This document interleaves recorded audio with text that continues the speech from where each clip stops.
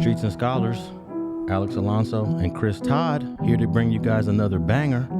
And FG's not in this week, but we got a great conversation about the OJ Simpson homicide. I'm sitting here with Chris Todd, who's a producer, I guess investigative journalist, producer, writer, author, and you spent at least the last 7 years investigating the OJ Simpson, well, not the OJ Simpson homicide, but it's really the Nicole Brown, Simpson, and Goldman homicide from June 12th, 1994? Correct. Okay, so let's just give me a little background on what you were doing before you got involved in investigating this double homicide. Sure. I want to give a shout out real quick to Santa Ana, Orange County, California.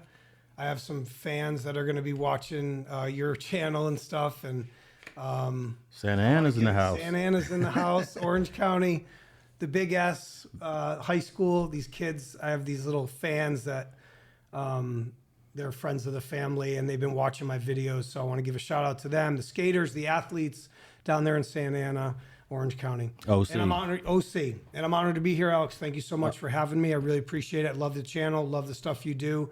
I think there has to be more independent journalists that are getting the truth out, real stories, hardcore stories from the street, as you say, about real life. And I think our mainstream media has failed us many different ways, especially on the OJ Simpson murders, June 12th, 1994. But we'll get into that. Definitely get into that. Yeah, of course. So give me a little bit about your background. Where are you from? Where'd you grow up? And how'd you get involved? I know you have a stint in Hollywood too. So briefly go through all that background for us. I'll give you the brief version so it doesn't, not to ramble and take away from what we're doing today. I'm a New England kid. I'm from Connecticut, actually. I didn't work in the industry. I was kind of an athlete. I was a coach. I went to college to study psychology, sociology. I have a minor in sociology and a bachelor's in psychology. I was going to be a guidance counselor and a teacher. And just kind of as I got a little older, I got the creative bug and I wanted to go into the movies and the TV industry. And I did that, and I kind of moved to the West Coast. I did about 20 years in the film and TV business, commercials. I worked for many different studios, union and non, and I had a long journey with that. And basically about 8 to 10 years ago, I started to investigate murder cases where I was hired by this investor in Beverly Hills to look at the Natalie Wood murder case. Was that 1981, Natalie Wood? 1981, yep. She fell off a boat, quote November unquote? 29th, yep. I remember the day it happened. Do you really? Yeah, it was all over the news. Yeah. Was Robert Wagner there? Chris Walken, Robert Wagner, Dennis Davern were on the boat. I was about 10 years old when that happened, but it was all over the news every day, and I never really found out what happened. But I'm sure you know the whole story on that. I was on that for about 6 years, closely with the investigators, the captain himself, and there's a lot of backstory to that. There's a lot of deception there about what people knew at the time versus what they knew 30, 40 years later. But maybe someday we could talk about that. But the Natalie Wood case kind of opened me up to investigations of famous cases. Right after that, I got to meet Aaron Hernandez in a roundabout way, and his brother, who's kind of has some legal problems right now. But and I started to find a passion basically for famous cold cases and investigations. I looked at the Emmett Till project. That was fascinating to me. And there's some other ones that I have. And I was basically led into the OJ Simpson case by a producer who knew who I was from Natalie Wood and said, I have this OJ Simpson thing coming down the pike. Maybe you could help, because he had seen I had some press about Natalie, and I like to think he respected what I did on Natalie's journey for justice, as they used to call it. And I was brought in to talk to them, and I wasn't allowed to meet Charlie, okay, who is basically OJ Simpson's accomplice. So you're calling him a producer? That's the label you're giving him right now? Yes. Okay. Not Charlie. Charlie was partnered with a producer to write a book, okay, make an audio tape, and to write a screenplay. is this producer gonna be unnamed? He's named. I can name him. He's in the articles with the lawsuit. He is named. His first name is Ehrlich. Okay. People can look him up. He's in the article that was written by the Miami New Times. So yeah, everything's public domain. There's nothing to hide on him. He's a good guy. I was partnered with them. I wanted to help them. And I believed in Charlie Ehrlich's story early on. It was hard to really fathom for a while. But through my own investigation, basically, and witnesses and testimonials and research, it went on for about 5 years. Also through my relationship with Charlie, that sometimes had to be a little covert. And that's why he likes to try to say that, oh, I don't know this guy. Besides being a 5-time convicted felon, okay, he is a liar. And most murderers are, and most mafia guys are liars, okay? They're not always lying, and the same thing in the gang world, and that's why I'm honored to be here. There's a lot of similarities with Omerta and a conspiracy of silence, a code of silence. These cases are hard to crack. When you find any mafia guys or any street gangs, they don't talk on each other. They don't rat, so it's hard to have witnesses to it. So, but in short, I was able to meet them, befriend them. I tried to help them. I felt the world needed to know and wanted to know the truth about June 12th. And I think it's a part of our culture. And for the media to block this story, I think is disgraceful. And I challenge any reporter, any media outlet, they all know who I am. I've gone to all of them 20 different times. They need to get their head straight, and they need to do their job. So hopefully someday, and maybe this will trigger something too. So appreciate it. So regarding the double homicide back in '94, would you say that homicide and the trial that followed was probably one of the biggest cases of the 20th century? Absolutely. The way I say it is, behind JFK, it's the biggest murder mystery of our time. Yes. And were you paying attention to it back then when it happened? I was 20 years old. I was a sophomore in college. I remember when it happened. I was at a party with my friends, a fraternity party, when the Bronco chase happened. Everyone was shocked. I still remember that moment. And yeah, and when the acquittal happened October 3rd, I watched that. I was actually in college at that time. I was a junior. And so I did live it like everybody else did, but I never in a million years would realize that I would be a key figure in this story. So to me, I'm a fate guy, destiny guy. I do believe, I used to watch it at my dad's girlfriend's house, the trial, the pre-trial actually. And now all these years later, I'm like, God, I guess this was meant to be. This was God showing me something of, you're going to be part of this someday. And now I am. So.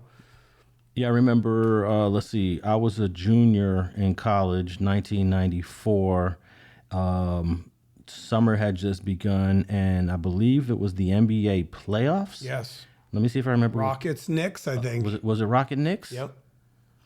Okay. I think so. I could be wrong. I'm pretty sure it was Akeem. That was that year. Jordan was gone. So it was the Knicks versus the Rockets, I believe. Yeah, I know the Rockets end up winning in 95 and in 96. So who did you know? Maybe they won 94. Might have been 94 or 95. Yeah. Yeah. So, no, you're right. It was the Rockets, Knicks, Game 5 of the finals. Mm-hmm. Game 5 of the finals. Right. And then the acquittal was the following year in 95. I believe it was the month of October. October 3rd. October 3rd. I was actually in Berkeley at I was up there to watch a USC football game, and I stayed in Berkeley for the week, and that's when the acquittal came down. Yeah. So, yeah, I remember that. And the world kind of stopped. Yeah. If you remember on October 3rd, Times Square, everybody stopped in Times Square. They put it on the screen. All the TVs, they had took the footage of, in like Best Buy, all the TVs were switched on. So everybody in every mall, every shopping center, Times Square, nobody worked. They had this funny study about that. Everyone stopped working on that day too. And yeah, I mean, it was a gut punch to the nation. And I think it shocked people like, wow, what's wrong with our judicial system? Like there's something wrong. And people wanted to blame the jury and say this is a mostly non-white jury, which I guess in a way it was, but I know why OJ got off, and we'll get into that. You know, it's a 4-letter acronym that will really be the real reason, not the jury, as to why OJ got off. Well, I think there was a lot of racial tensions going on in Los Angeles in the early 90s. We had just came off of the largest urban uprising riot in American history.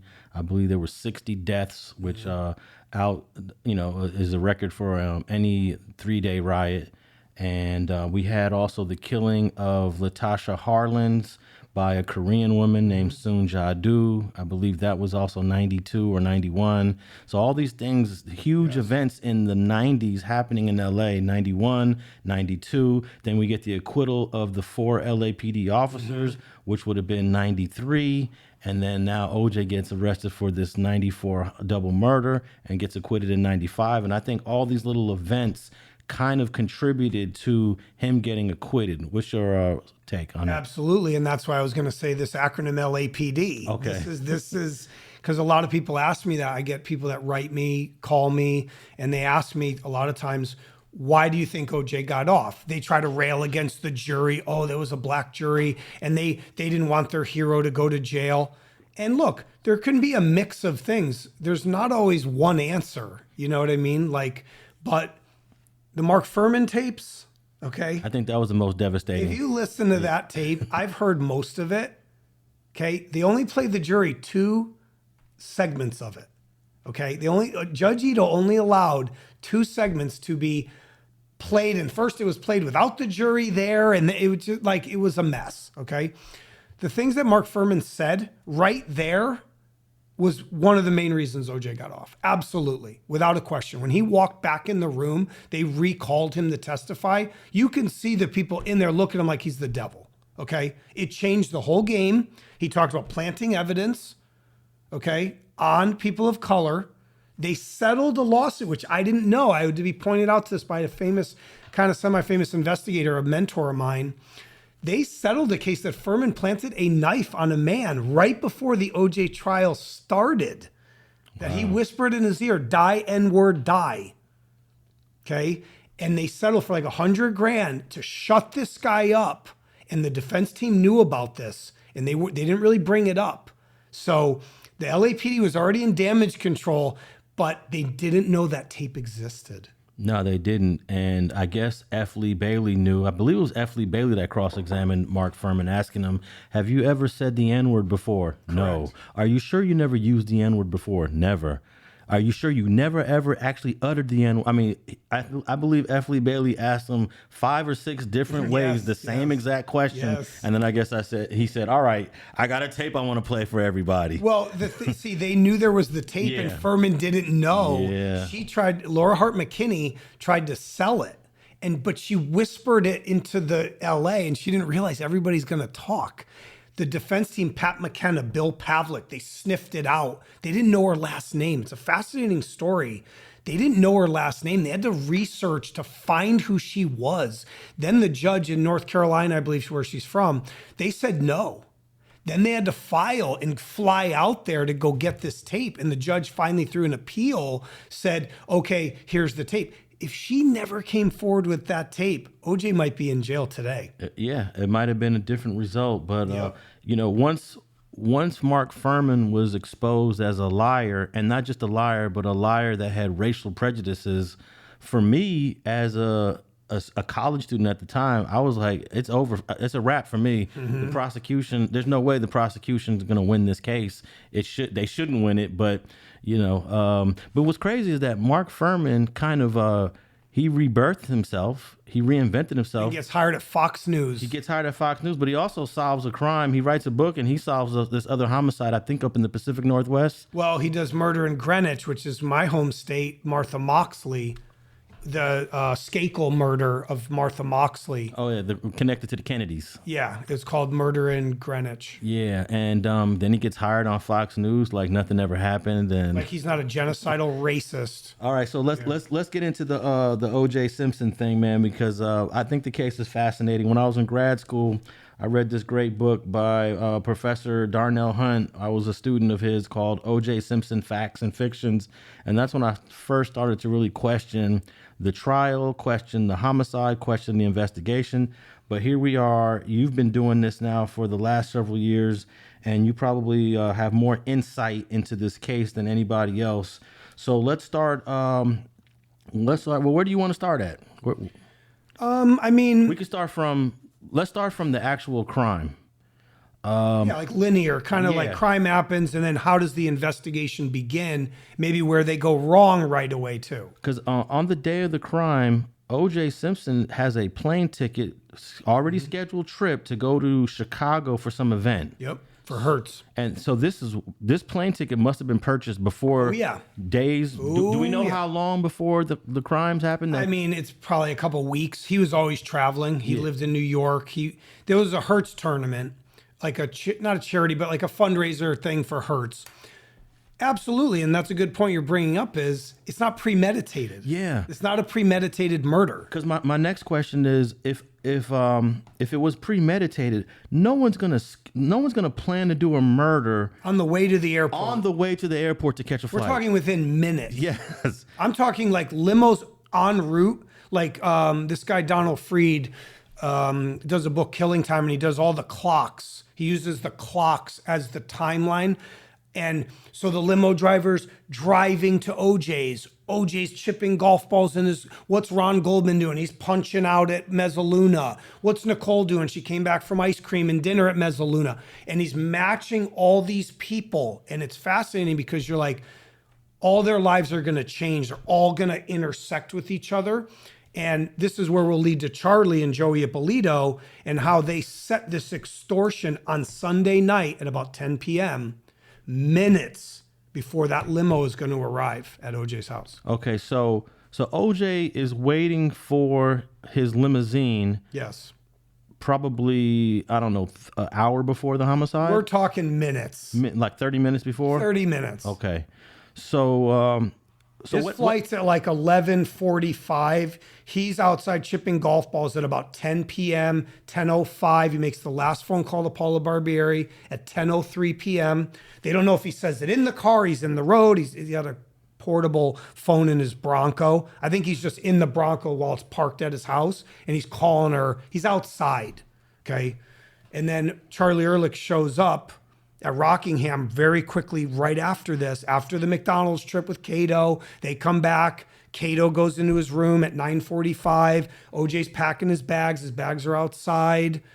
That's why the limo driver says, I saw bags outside. He's ready to leave. He is not planning to murder someone. Okay, right? So explain who Charlie Ehrlich is for those who don't know and those that are hearing his name for the first time. Charlie Ehrlich is OJ's accomplice. Okay, he was also OJ's accomplice in the Vegas robbery in 2007.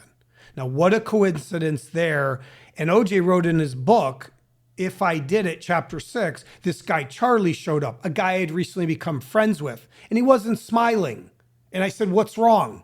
And I'm fluctuating between the confession, screenplay, tape, their manuscript book, the info that Charlie gives, and also the info that OJ gives. So I fluctuate between, and people try to hold me to this, but I like to tell it all together. It's just easier. And this guy Charlie shows up. Well, who's Charlie? Well, how does OJ know a cocaine smuggler from the mafia, right? Why does he know a guy named Joey Ippolito from the DeCavalcante crime family, the New Jersey mob? Why does he know this guy too? Why are all these phone calls going to Rockingham that's in a published report in 1994? Why is Joey Ippolito continually calling Rockingham over and over again? Okay. It was a extortion. It was a drug debt that Charlie and Joey tried to tie Faye Resnick into, Nicole Brown Simpson, Keith Z, and OJ himself. And OJ flips this onto them. It's Nicole's fault. It's Faye's fault. It's this guy, Keith Z.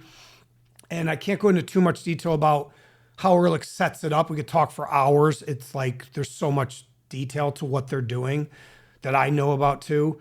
And OJ freaks out. He's just like, what? Why are you telling me? Why are you asking me for a bunch of money? I hooked Joey up. That's what it says in the confession, okay? He's telling him like, why are you squeezing me? And that's the name of the script. It's called Squeeze. See, in the article, they call it Juiced. It's actually called Squeeze. Okay, so you have multiple sources here. You're talking about a script that was written or co-written by Charlie and Ehrlich. Charlie Ehrlich and Eric. And then you're also referring to the book that OJ wrote, If I Did It. If I Did It, which eventually got taken off the Which shelf. he wrote with Charlie, but he never says Charlie's last name. That's why he says Charlie brought the knife. Charlie followed this guy in. And everyone's like, who's Charlie? Now remember, that interview was shelved for 12 years. No one saw it. Rupert Murdoch fired Judith Regan. He shelved the book. It was in a vault. There was one single copy. They shredded thousands of copies because the families and everyone went crazy. Like, what are you doing? OJ's confessing. He's telling the story. Well, who's Charlie? Oh, it's his alter ego. No, it's a real guy. He's messing with you. Charlie showed up. I believe Charlie took the knife. What? And so to me, it was fascinating when Eric told me initially about the project too. He goes, read chapter 6, watch the Judith Regan interview. Let OJ tell you the story first. And that's how I was like, whoa, wait a minute. What's going on? They only released the Judith Regan interview in 2018 when OJ's going to get out of jail from Vegas. No one saw that. And what year is the Judith Regan interview? 2006. And what is it? What is it? The interview actually revealed based on the book. Oh, If I Did It, and for about 15 minutes he talks about Charlie. Charlie's in a panic. Charlie's saying we got to get out of here. And then he flips it around like, I tell Charlie we got to get out of here. It's like, who's panicking? OJ or Charlie or both? He's fluctuating it like. I pushed Charlie out of the way. I grabbed the knife. I do remember that portion, taking the knife from Charlie, and the rest I just don't remember. And Charlie Ehrlich is someone you personally know. I personally know him. And I've known him for years. And he's known me as other people. Because when you do an investigation, you don't just go to them always as yourself. Okay? And he one time said to me, you must think I'm really stupid, man. And I'm like, you said it. I know who you are. I'm like, well, you didn't figure it out for 3 years until I told you who I was. So it's hard to explain. It's like they didn't want me to know him personally, so I had to kind of go around the producer's back to begin dialogue with Charlie without letting them know, because I didn't want to I wasn't trying to backstab these people. I was trying to help them. And they tried to snake me out of deals, and they barred me out of studio lot once. They wouldn't let me go to the meeting, even though I set up the meeting. So I got this bad taste in my mouth. And I talked to Charlie days ago. Like, I could call him right now, stick him on this microphone. Usually he'll answer his phone. But he won't admit to any part. He will say, I don't want to talk about the past.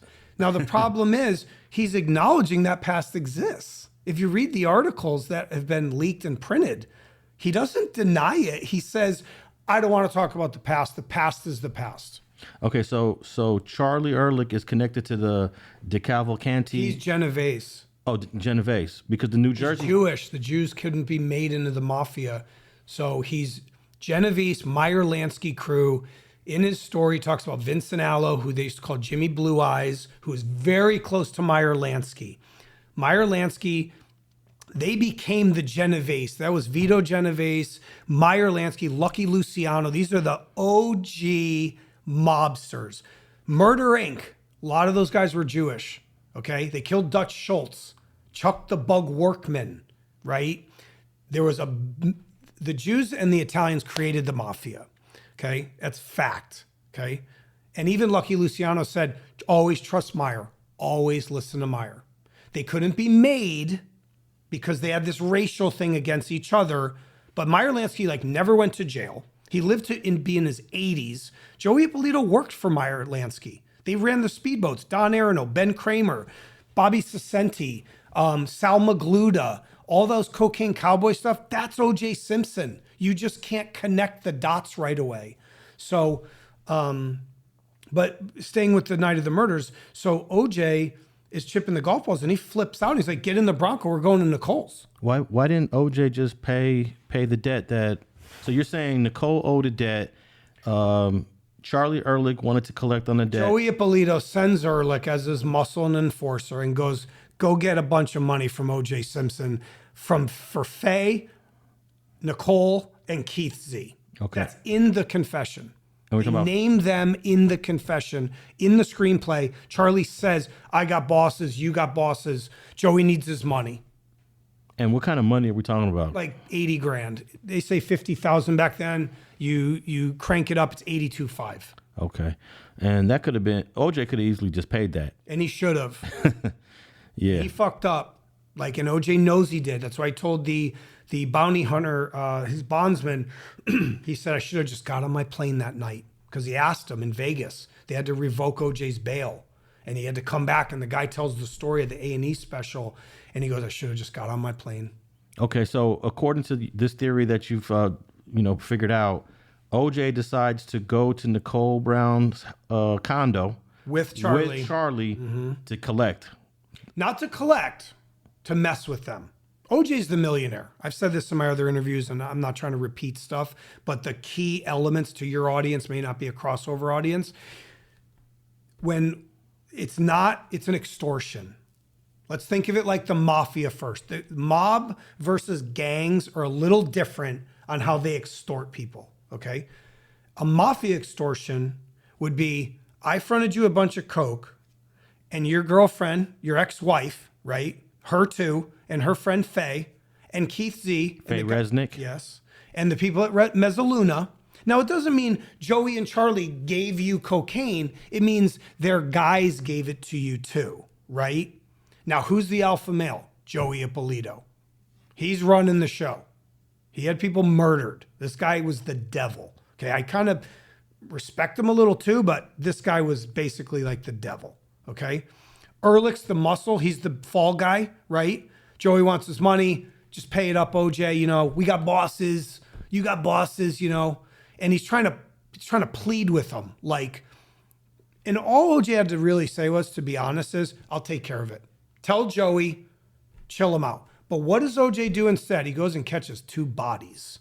Now, what would have been the smarter thing to do there? How would you have handled something like that?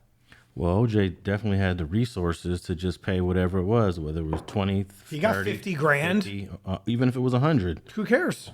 So You want to go to jail? You want to murder your children's wife? You want to go kill a boy who was in the wrong place at the wrong time, who had nothing to do with anything?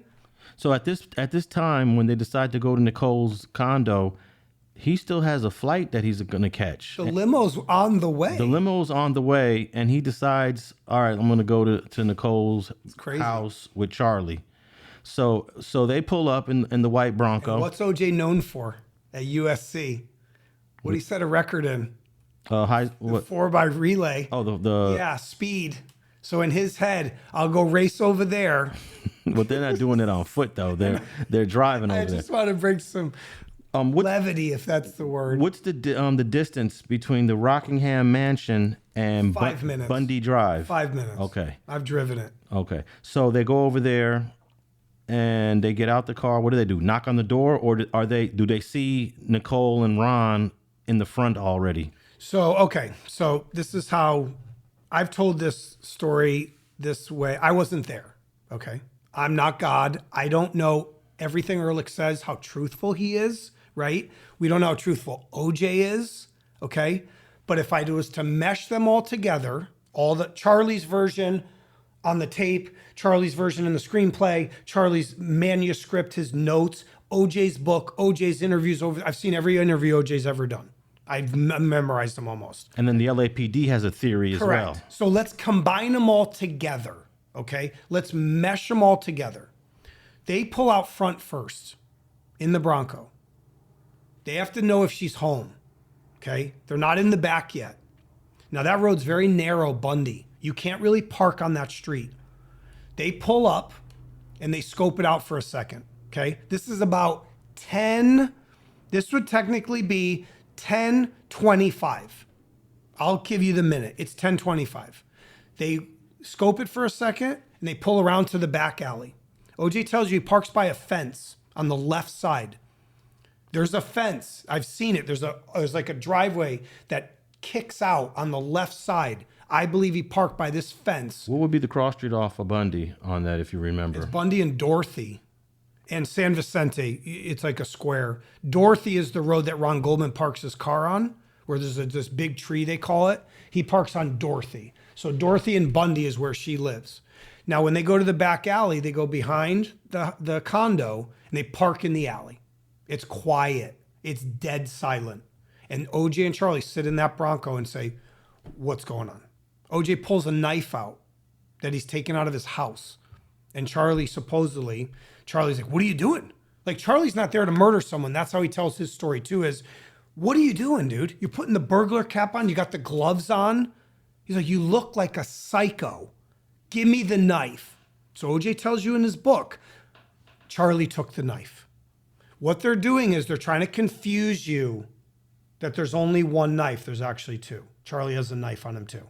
Mob guys carry knives and guns. Okay? So he says Charlie took the knife. So I go into the alley and I look and I see there's candles and I hear music. So now OJ's telling you he's stalking Nicole, right? How does he get in the back? Oh, if you just give it a little nudge, it would open. That's not true. He actually stole her keys. OJ had her key. I found this out later because she told her friend, oh, my key's missing in my house. OJ took her key, okay? To stalk her. That's what his thing was. He used to stalk her. He used to watch her have sex with other men. He watched Keith Z do this through the window. It's a famous story. So as I go in, I'm looking around and he tells you in his Judith Regan interview, I see candles. I think she wanted to keep her overhead down. I hear it, music's on. And when I'm there, a guy shows up. And that's Ron Goldman. Now, this is where where's Charlie during this? Okay. Is Charlie out front seeing Ron Goldman come in? I don't know. Is Charlie still sitting in the Bronco while OJ's in there by himself? Maybe. Or did they come in together? Now, when OJ comes in, he says, well, this guy showed up. I believe Nicole and Ron are already there. This is through my investigation. I think they're already there. When OJ comes through the back with Ehrlich, he tries to say Charlie followed him in. I don't think he followed him in. I believe OJ and Charlie come in there through like two bowls of China shop, through the back gate. They want to see what's up. They're going to bang on Nicole's door. This guy just showed up to my effing house, right? You fucked up. You guys pay him. You know what I mean? Like one of these kind of weird, super awkward situation. And I believe Ron Goldman's there talking to Nicole and they're out by the door and the door's wide open. They're standing in the doorway. They're not inside the house. Ron never goes in. So the evidence suggests they're talking by the front door when they show up. Now, from there, you can ask me a question right from here, but that's what I believe. The Bronco's parked, lights off, killed engine. They go inside. There's Goldman talking. He's holding a white envelope, which has Judita's glasses in it. The mom, they call her Judita, German name. Okay, they call her Judith, but they call her Judita. He's holding this envelope. What's going on? Do they think it's drugs? I don't know. And OJ tells you in his book, he says to Goldman, I heard all you guys are dealing on the side. What are you doing here? So it's this super awkward situation. Ehrlich's there. OJ says Ehrlich's there. We got Goldman trapped. I'm blocking him from the rear. Ehrlich's blocking him from the front. Like OJ fluctuates with like between the book, the interview. So no one fully knows exactly, but I'm just giving you like the investigative. They're outside. Nicole's barefoot. She's holding a menu in her hand, like she's either ordering takeout or something. They find the menu under it blows under the fence. She's not wearing shoes. She comes out to let him in. They say the gate's broken. So when he buzzes it, she has to come out. So how does going over there to bother her or to agitate her over a debt turn into a full-scale homicide? Well, let's put ourselves in OJ's mindset right here. The limo's coming. He's supposed to get on a plane. Why is he even over there? Why? Nicole is not his wife. They're divorced.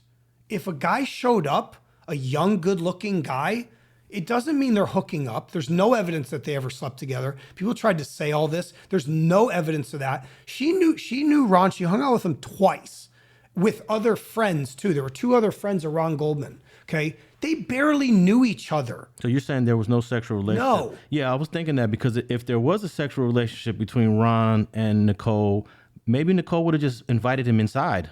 Right. They're talking at the front door. Right. And he apparently came from the Mezzaluna restaurant to return his glasses or something. He was going out with Stuart Tanner, his friend. His birthday was coming up. He was supposed to meet him out at the El Cantina, whatever they call this place. And he was dressed nice. He had these like stylish white boots on. He wasn't planning on hooking up with Nicole. He was meeting his friend in like 20 minutes. Plus, Nicole had her 2 kids inside. Yes. And was this a 2-story? Yeah, it's pretty big. So they're upstairs asleep. How and for OJ, and again, it's like, OJ, how do you know they're asleep? It's only 10:30.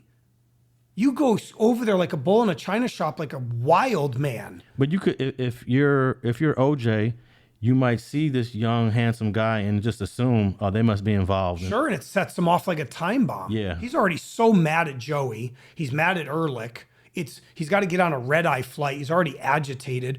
Ehrlich's pissed off. Joey's on the run. He walked off Pensacola. He's like a fugitive, and that's why I believe he needed the cash, because I think he was on the run for a year. They didn't find him till December of that year. He literally was on the run. He flipped informant. He was FBI informant. He was a rat. His brother said he was a rat.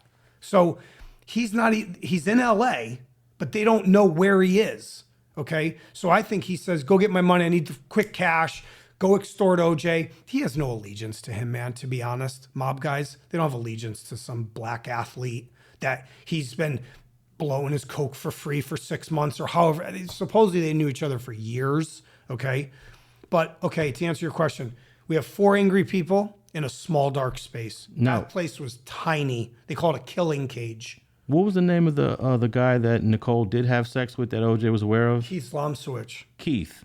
How much time prior had Nicole been involved with this guy, Keith, that OJ was aware of? Keith was the manager of Mezzaluna, of all 3 of them, Beverly Hills, Brentwood, and Aspen. He met Nicole skiing in 1992, the beginning of 92. So Keith had known her about a year and a half, almost, is that 2 years? It's almost like 2.5 years total, but they didn't talk for a while at the end. But Keith was the first real boyfriend, sort of, that OJ knew about. And that's why he shows up at the house, shakes his hand. He's giving Nicole a massage, and he shows up, and Keith's like, oh my God, I thought he was going to kill me. I know Keith. I've spoke to him many times. Wasn't one of the 911 calls, and you hear OJ that Nicole made? You hear OJ in the back yelling, and you're having sex with. That's 93. That's Cato's there. That's at Gretna Green before she moves into Bundy. Is OJ referring to Keith as the guy she's messing around with? What's so weird? So okay, so when he yells, "I don't want hookers and drugs around my kids," what he's talking about is, this story is just so crazy, this whole case. So Keith Z was fiancéed. He had a fiancée. I won't say her name because she's litigious. And she was married to Larry Elder. Okay. So someone can figure it out. White She was woman. a prostitute for Heidi Fleiss. She was known as this, and she was busted. Okay. I've spoke to her before. I tried to see if she would help out in any way. You can't make this up. She plays a body double for Anna Nicole Smith on the movie Naked Gun 33 1/3, where OJ's on the set. Remember, he's Norwood or whatever he is on it. She goes up to OJ. This is the night of that call. This is October 93. She walks up to OJ and goes, "Oh yeah, you know, Keith is that's my fiance. Keith used to sleep with your ex-wife." And he's like, "What? Who are you?" She looks like Anna. She's blonde. She's playing the double, right? She sets OJ off like a time bomb. He drives straight from the set, straight to Nicole's house, and knows that she's a prostitute and into drugs. And that's why he yells at her, "I don't want this." They threw a party for her. Nicole threw a party for Keith and her to get engaged. This is how you can't even make this up. And that's what OJ's yelling about. He's yelling about her. "I don't want these prostitutes and the drugs around my kids." And he's slamming the door. And, "Will you just get out of here, OJ? He's back again." That's based on her. That's based on the set of Naked Gun. And no one ever knew that. And I didn't know it either until Keith told me about it, basically. Had to tell me this story. So you actually met Keith Z? I know Keith, yeah. Okay. And you met him as a result of investigating I've known this him case? for over a year. Okay. All right. I wanted him to help. I've gone to all these OJ players to like bring the media, and a lot of them are scared. They're afraid. They're famous because of this. They still get calls by reporters. Now here comes some kid, Chris Todd, they never heard of, and goes, "Did you know OJ had an accomplice? You know there were 2 killers? You know there was a massive cover-up? Do you guys want to bring justice to Nicole and Ron Goldman?" And then they just get weird, man. Well, most people don't want to follow a theory unless it's backed by the LAPD, unless it's got some official backing. Yeah. Okay, so how does this end up in a double homicide? Who gets out of the Bronco? Well, we don't know, but you're assuming OJ gets out first. All 4 people are there. That's end of story. Ehrlich's shoe prints and blood are there. His hat's in the Bronco. There's multiple fingerprints that are unidentified at the crime scene. His blood's there. Blood evidence comes back. It doesn't match OJ, Ron, or Nicole. Whose is it? There's blood in the Bronco that doesn't match. I believe Ron Goldman punched the crap out of Charlie Ehrlich. I think he's bleeding. And I do believe OJ was struck. And I know everyone says there's not a scratch on him. He's got this cut on his finger, his ring finger. That's either himself stabbing himself as he's hitting Nicole, right? Or Ehrlich hits him as they're both wildly swinging on Ron Goldman. It's possible. That's a knife wound. They said, Furman said the dog bit him. The dog is in this fight too. It's possible. Looking at it, it looks like it's cuts. It looks like it's struck by a knife.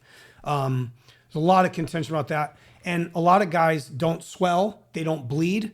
If I got punched in the face, you may not see it. Watch a boxing match after 12 rounds. These guys are like standing there. Hey, what's up? Like, you don't know what someone's going to react to a punch. And it's hours later too. Okay. When they see OJ, it's like it's 12 hours, I guess. It's 12 midnight to 12 noon, But anyway, a fight ensues, an argument. That's why OJ says this guy got in a karate thing. And I remember Nicole fell and hurt herself. They slugged Nicole. OJ whacks her. And then she's down. And then Ron Goldman is just... Ron's like, hey. That's why he yells, and Robert Heidstra hears him say, hey. The guy walking the dog in the alley across the street, he hears, hey, and then he hears a deep voice yell back. And they tried to say, oh, that's racist. He's saying this is a black guy. Robert Heidstra didn't say he was black. He said, I heard a deep voice respond to a guy say, hey. So how many times is Ron Goldman stabbed? Over 25. And how many different types of weapons are used on Ron Goldman? 2. Okay, and this comes from the coroner, the first coroner. Dr. Erwin Golden, who's kicked off the case because he said there were 2 knives. And they can determine that just by the way the wounds look. That if you stab straight in, you can tell if it's a single edge or double edge. Anything that is a slicing motion, you cannot tell. Robert Shapiro was a master of this. So was Barry Scheck. So was Peter Neufeld. They knew, and they put a lot of doubt into people's minds about they went over every wound. Nicole stabbed over 15 times. Ron's like 30 times. There's differing numbers. Ron is hit in the head, the face, the neck, the ear. His ear's almost cut off. He's hit in the head. Nicole stabbed in the head. This is wild stabbing. This is like, and on Goldman, that's 2 people. That's 2 people stabbing him. There's 2 wounds. One's on this flank, and I think the other's in the chest. And that is a double-edged blade that goes straight in. It's almost difficult to believe that OJ could unleash that much violence on 2 people. Have you ever questioned it? Like, why would OJ want to unleash this type of violence? This is not a quote unquote normal homicide. With a knife, too. This is a vicious, brutal, very rare type of homicide. Yeah. Took minutes. This is not fast. This took 2 to 3, 4 minutes to kill both of them. And that's why a lot of people will, especially, this case divided people by race. Most white people believe OJ did it. Most black people didn't believe he did it. But some people don't believe he did it just because of the vicious nature of it. This is a successful football player. Yes. He's an announcer. He's a spokesperson for major corporations. And now all of a sudden he's a double murderer. Help us, I did an interview recently about a child's murder, and I talk about possession of like the devil or a dark spirit. I truly believe OJ had a dark side to him. I do. He beat Nicole many times. He did not hit her once or twice, like he said. Absolutely not. Read Faye Resnick's book. Read all the testimony of Faye Resnick. Read about Nicole's friends, Cora Fishman. You will see that he beat her many times over many years. Yeah, we saw the photos of her face one time. She was punched in the face. It was, okay, yeah, pretty Would you bruised punch up. a woman in the face? So what I'm saying is he's capable of violence. And where is OJ from originally? Oakland, San Francisco. San Francisco. But what Potrero Hill, they call it. Potrero Hills. It's a rough area. Right. If you grow up there, you learn a lot of things. Right. Some people say that the Potrero Hills came out of OJ that day. Yes. You believe that? Yes. Because it happened. And I grew up with OJ on the Wheaties box. We knew him as Juice. He was a hero. And he really broke the race barrier. He's one of the first interracial real couples in the public eye. If you really look back in the 70s, that was frowned upon. He had an affair on Marguerite with Nicole. He had that for a while, okay? But they became public figures. OJ transcended race. That's why they say that they don't even know if OJ ever said this. I'm not OJ. I'm not black. I'm OJ, right? They don't know if OJ ever said that. That's a misnomer. But what I'm saying is he was like the face of football almost. He was on a bad team, so he never won anything big. But he was loved by everyone. He was good looking. He had the features. He had the voice. He was charismatic. He was funny. I didn't want OJ to be guilty either. You know, I was a kid. I looked up to the Bruce Jenner, who ended up, marrying into the family and having like these were the heroes of ours in the 70s and the 80s. It'd be like Michael Jordan commits a double homicide. Yeah, you don't want to believe he did it. And I think the jury even really felt, if there's any doubt, he's out. He's off. Like, if we don't see something like super blatant, there's no video of him doing it. He doesn't confess to it. He denies it the whole way. He does an interrogation with no lawyer. That's why they get rid of Weitzman, because why did you let him talk to Van Natter and Lang? And they replace him with Shapiro through Roger King does this, which is a whole nother story that's insane. But my point is, I think OJ snapped. I think he was in a fugue state that Pablo Fenjve says. When you get so angry, you don't even remember. He tried to play that card. Ehrlich's already a scumbag. I'm sure he's been involved in murders. I'm not going to say too much about it. Okay, he's been busted with 5 assault rifles and a silencer. Do you need a silencer? What do you have a silencer for? To shoot people without anyone knowing. Okay, so what I'm saying is, I think just in human nature, because you're good at this too, we're all capable. If we're really angry, if we're fuming, and OJ was obsessed with Nicole, he was in love with her even then. He never could get off her. Why would he be stalking her still? Why is he watching her with Keith? He was still obsessed with her. But he had a fine young new girl named Paula Barbieri, right? He had many of them. He cheated on every woman he ever was with. He had Tawny Katane. Watch the story about the husband tells OJ showed up at the thing. He had multiple relationships always going.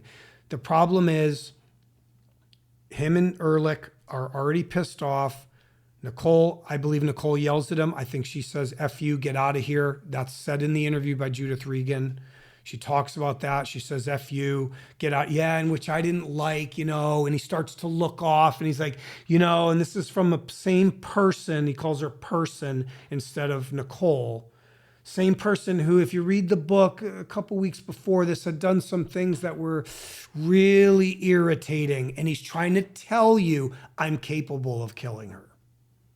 Okay, so these 4 people are in this small space and 2 people end up dead, Nicole and Ron. So now OJ and Charlie, they got to run they got a boogie to the Bronco. Yep. And tell us again, where's the Bronco at? Because the condo is on Bundy, but they're not parked in They're parallel to Bundy, so there's an alley behind the house. They're behind the house, parallel to Bundy. Parallel to Bundy. They're not on Bundy. No. Okay. And they came in only one car, OJ's. Okay. Now, White Bronco. But Charlie has the car at some point. Parked at Rockingham. Okay. And that's parked somewhere. Is it on OJ's property? On Rockingham. On the street. Mm-hmm. Okay. So they drive back to Rockingham. Yep.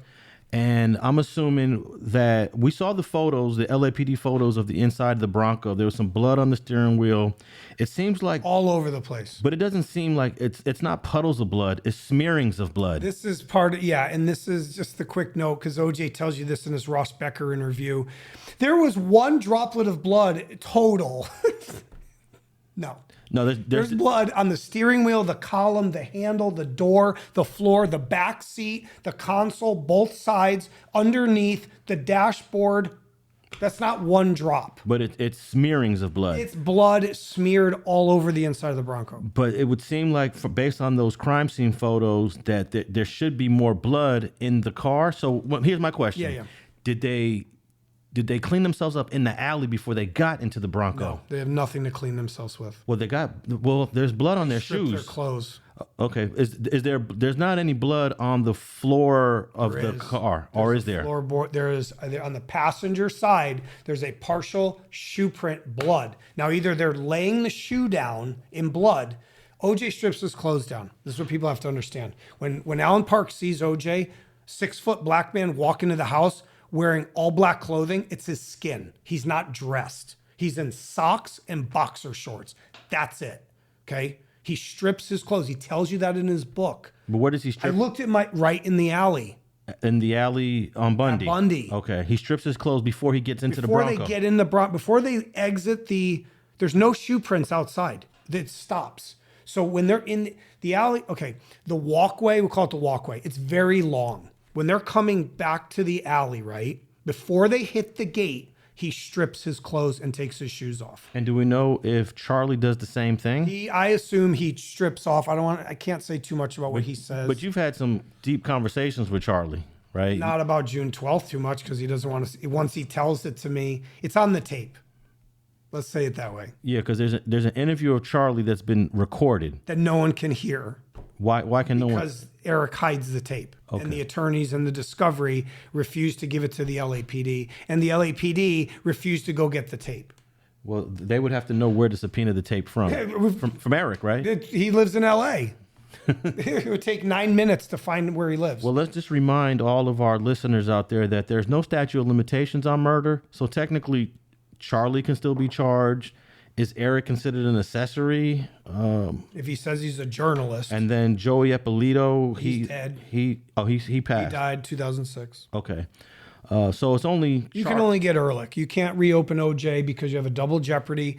You could there's no conspiracy to commit murder. There's no proof of that. You could never retry it. It's the only way you can retry someone on double jeopardy is that there's a conspiracy, that something beforehand happened. There's no proof of that. So you can't use OJ as a witness. You cannot subpoena OJ. Nothing.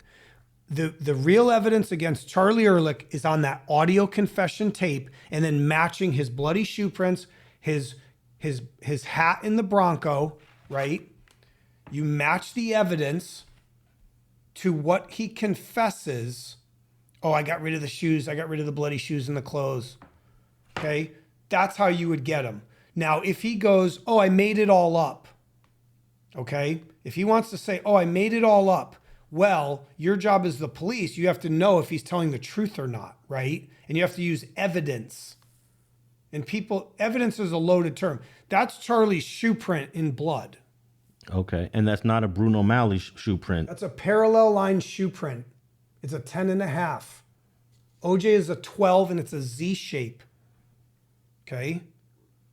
And I remember when not the same shoe at all, by any means. Ehrlich Bailey, during the trial, told the jury that there were more footprints at the crime scene. They all said it. They said there's someone else there. Other than the Bruno Malley footprints, there are other footprints there are 5 other shoe prints, and I have most of them. This is one they put more in the blood coloring. And we'll 10.5. Oh, and what size shoe does Charlie Ehrlich have? 10.5. And what size hat size is he? 7 1/8. And what size is the hat in the Bronco? 7 1/8. So you also got a photo of what you're saying is Charlie's hat. In the Bronco on the floor. That's on the driver's side on the floor. On the driver's side because Ehrlich parks the Bronco, not OJ. And that's a LAPD photo, crime scene photo that you got. Yes, but here's the thing. See, sometimes they don't show the hat. So sometimes when you see that picture, the hat's not there. It's not always there. See, they've removed it and then they snap photos. Now in this photo, go back to that photo of the hat. Item 27.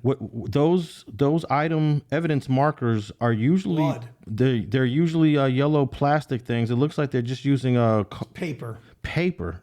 Was that ever questioned why they're just using? I don't know. No, these mean there's blood. So every time there's that piece of paper, there's blood. There's blood on that hat. And that's 100% not OJ's hat. Absolutely not. Okay. Never would be. They called him bobblehead as a kid, large head. Now, who does LAPD say that hat belongs to?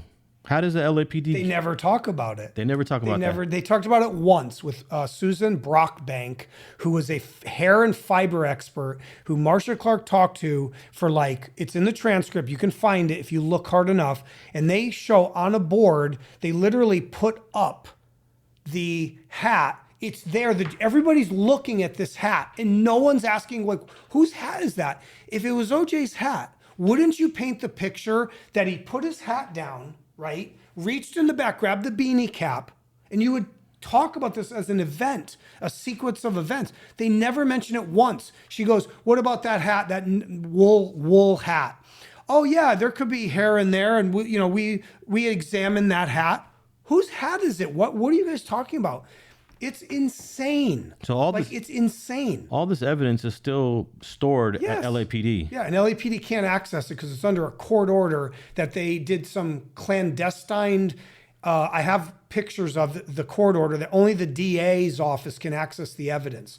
When the LAPD told me that they were going to run all the evidence, they couldn't even run it. More deception. They haven't. I mean, I put a challenge out to the LAPD, and I know some of the people there. And I think they're good people. I challenge you to come on one of these podcasts and let's go over the evidence. I challenge you to look at the evidence at all.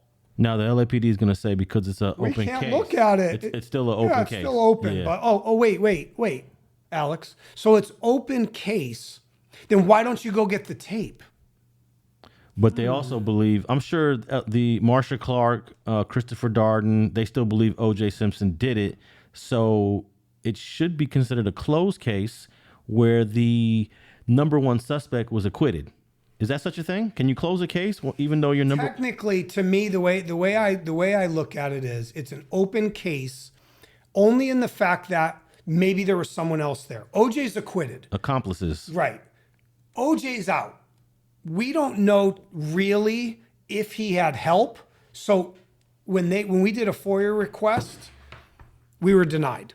Okay, we paid the lawyer to do it, and we got this whole spiel, this whole book, okay, from LAPD saying it's an open case. We don't show people, civilians, open case. Now watch this. In the article, when they asked Tony M., who's retired, of course, he's gone. He's gone in a year. He's not there anymore. Tony M. is quoted in the article with Bob Norman. They ask him, because the reporter had to ask him, right? What are you guys doing about Ehrlich? Do you guys think this is true? That case is closed. We're never reopening OJ. In the same breath, in the same sentence, but if somebody brought us something, we'd probably have to look at it. Which is it? Well, they still can't get it right to this day. It's probably going to take many years in the future before they decide to even revisit it. But let's get back to they're in the alley. They strip their clothes. Then they jump in the car. I guess they put their clothes in some sort of bag. OJ's driving. No, there's no bag. There's no bag. Charlie's holding it on his lap, and that's why there's blood on the passenger side of the console. Okay, so they drive back to... And Ehrlich admits to this on tape. But we don't have the tape, unfortunately. Correct. Okay, but that's... And I'm not going to comment on what I've heard on the tape. Let me just tell you, it'll make you sick. When you hear it, your brain will go back to 1994. You will forget where you are. And the reason this tape exists is because Charlie was interested in doing some sort of movie. He wanted $5 to $10 million. Okay. To make a movie, do a tape. The tape is real. It's 20 hours long. I've heard parts of it. It exists. I know June 12th is on there. I know someone else who heard parts of June 12th on there. He's not going to admit to stabbing someone. I don't care about that. If Ted Bundy told you, I'm not Ted Bundy, do you believe him? You don't go by what a killer's narrative is. The evidence says there's 2 killers on Ron Goldman. Nicole looks like 1 knife. That's OJ. That's not Charlie. Ron is killed by 2 people. Okay? And he deserves justice. The families deserve to know the truth. And if they don't want to arrest Charlie, then put OJ and Charlie in an interview together and let them tell the truth. Because I'll tell you right now, the LAPD, they're never going to open that case. Has Charlie ever just done interviews for? Yes. Would he come on a podcast like this? Not about June 12th. Would he come on Streets and Scholars? You can ask him. But the obvious question is to ask him about June 12th, though. And he'll snowball you, and he'll say, I don't want to talk about the past. I made it all up. It's fiction. But he's not going to deny a relationship with OJ Simpson. He can't. There's photos of him with OJ for years. Okay. All right. So what time is it now? They're in the alley about to head back to Rockingham. OJ's driving. Lights off. Not smart. Lights off. Turns the wrong way on Bundy. Does a U-turn. People never could figure this out. He flips a Yui because he has to go right first. He flips a Yui, comes flying back through San Vicente, lights off, almost hits Jill Shively. Okay, wait up. If they're in the alley, they're coming to Dorothy. Going to Dorothy. So then they make a left to Bundy, and then which way on Bundy do they go? They go right. But that's the wrong way. Right would be south. Correct. And then he busts a U-turn and goes north on Bundy. Correct. And this is what no one could figure out. This is why Robert Heischer says, I saw a Jeep-like vehicle, white, come ripping towards, he's on Dorothy. He's looking across Bundy. He's looking, he sees it go right. Everyone says, no, he had to go left. He goes, he's French. He went right. He took a right. So he didn't see the U-turn? No. Okay. And if they... Because he would have hit Wilshire. Yeah. Wilshire's right there. And that takes him away from going to Rockingham. So everyone was like, how's he getting... What I believe happened is as he comes down, lights off, there's a car, right, coming. He can't go left. So he just rips it right. You see what I mean? Deliberately to do the U-turn. Just to get out of there, just to get off the crime scene. He whips it, and as he goes down, this is the funny thing, when you go look at the street, and I don't know if the street was the same way it was in 1994, but when I went to the crime scene, I walked it. I come to the street, and I turn right, and I start driving.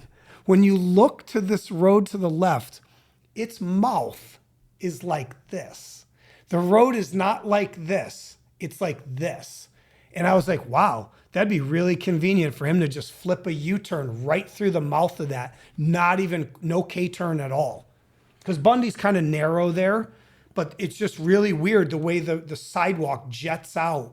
You'd have to see it to know what I'm talking about. So you're saying that once he does the U-turn on Bundy, he shoots all the way to San Vicente? He's going to blast through the light. Meaning he's going to cross Montana and then go to San Vicente and then make a right to go west. Left. Oh, he's going to left. He has to go left. To go east. Yep. No, I'm sorry. That making that left at San Vicente would be he's west. Going east.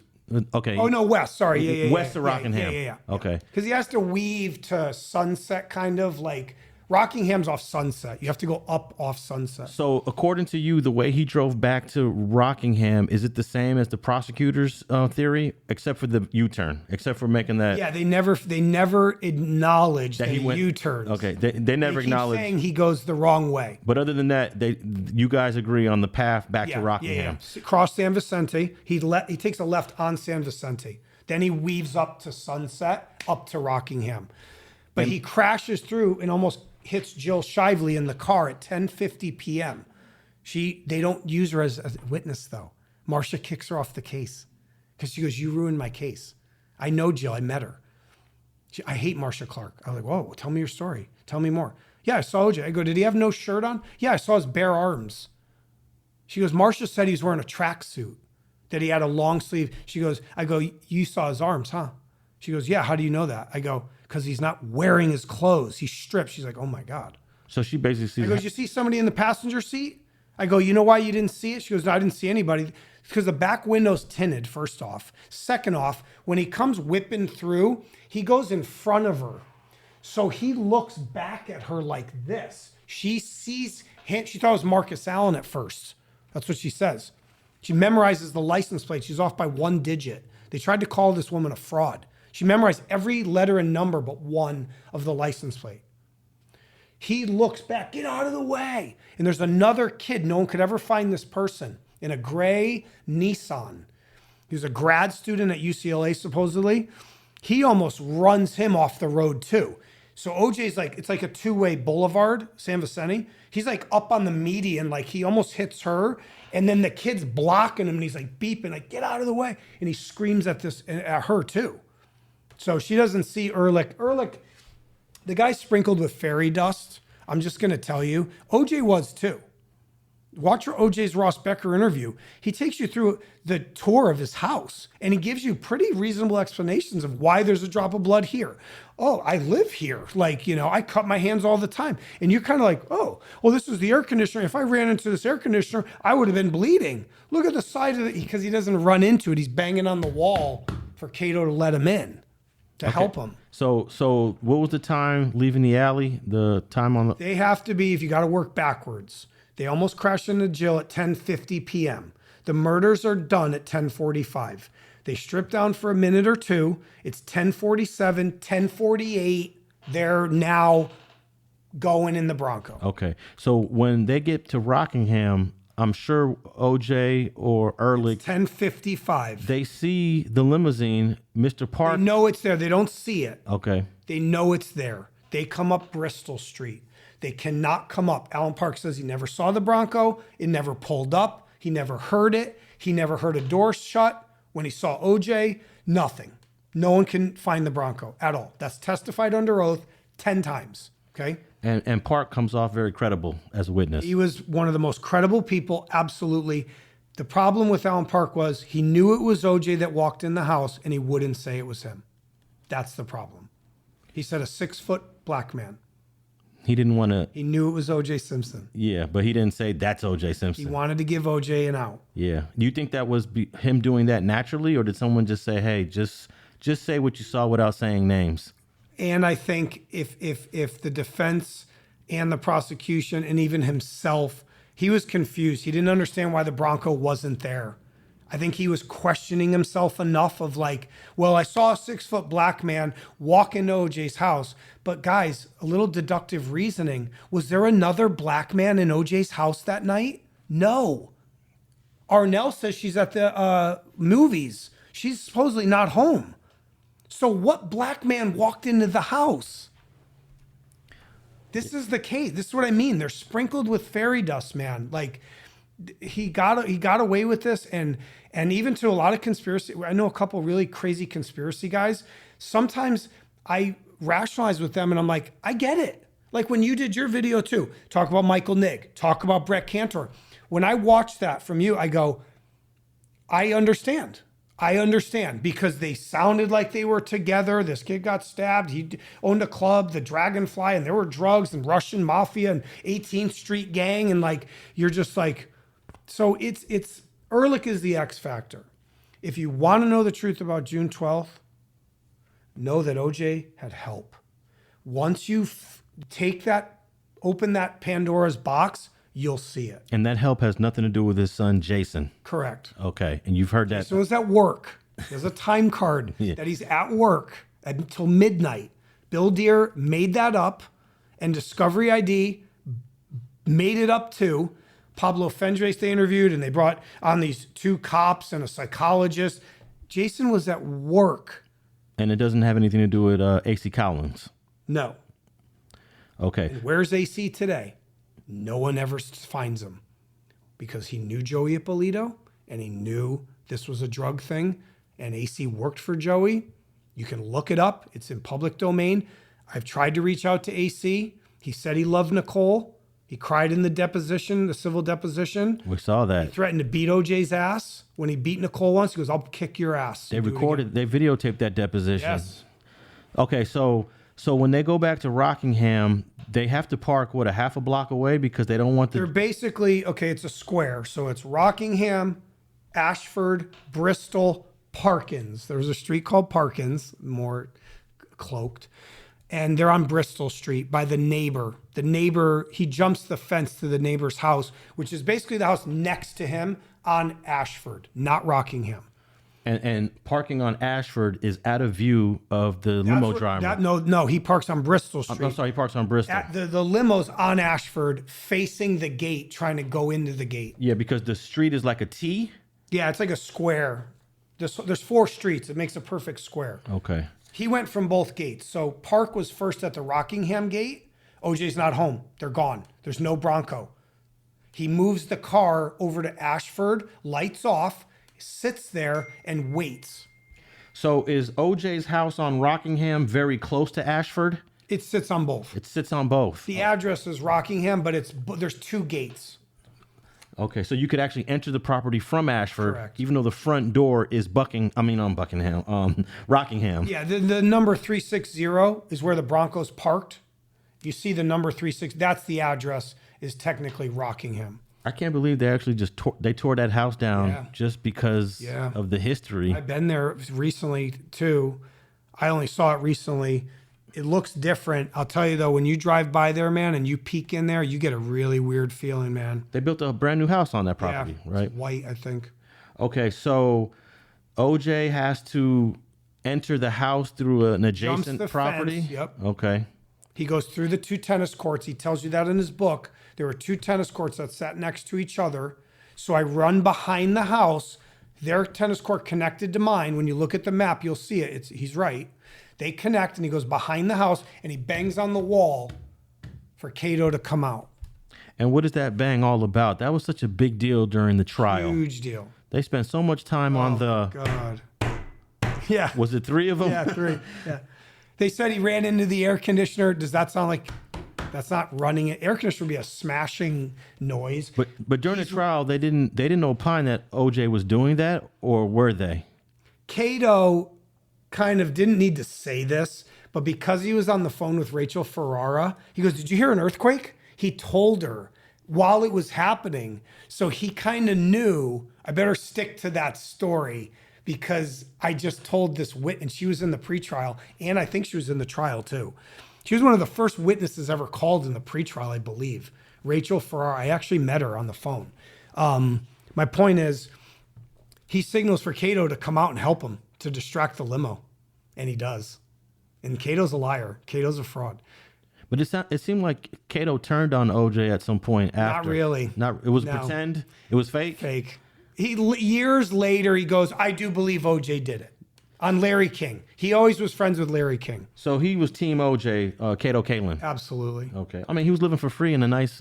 He hated Nicole. Nicole hated him, ignored him, called him a piece of crap. He was pissed off at Nicole. They actually slept together. They say they didn't. I can almost prove that they did. They had an affair. OJ knew they did too. But he was good with the kids, and OJ trusted. He was a nice guy. Look, Cato should come clean too. He walked by in the house and he saw OJ back there with no clothes on, bloody, and said, "I didn't see him." And Marcia Clark goes, "Why didn't you walk back the path when you said you went around with a flashlight?" "Yeah, I heard an earthquake. I heard this bang."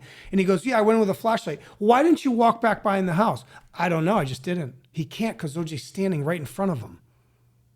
Okay, so the two tennis courts, one tennis court is on the other property, the other tennis court's on OJ. Van Exel, Van something, the neighbor's name. Yeah, and those tennis courts are still there. Even though they tore the house down, Yes. they built the house and kept the tennis court there. Yes. Okay, so OJ gets back on the property. I guess at some point that bloody glove that Furman finds is OJ's glove. But my question is, why would OJ throw this bloody glove right on the property to be found? We could talk about that glove and Mark Furman for like days. I will just say this because everybody asks me this and I lose sleep. There's a couple things I don't know about. I don't know if Furman planted that glove or not. Okay. I don't know if it was stuck to OJ when he comes out of the Bronco. Why wouldn't it fall off, jump in the fence? It doesn't make sense. Well, where Mark Furman found it, it had to be either thrown there or put there. It was placed there. There's no leaves on it. And it's been there supposedly for hours. And there's leaves and shit everywhere, berries everywhere. I believe if you read Steven Singular's book, I'll give him a little shout out. He wrote a book called Legacy of Deception about the LAPD, the blood, the bag, and the stick. He had a source who I believe was LAPD. He worked a case called Talk Radio where the guy got killed by the Nazi.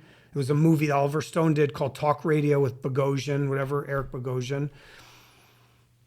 He had a source that said, you need to look at Furman. You need to look at the blood for EDTA.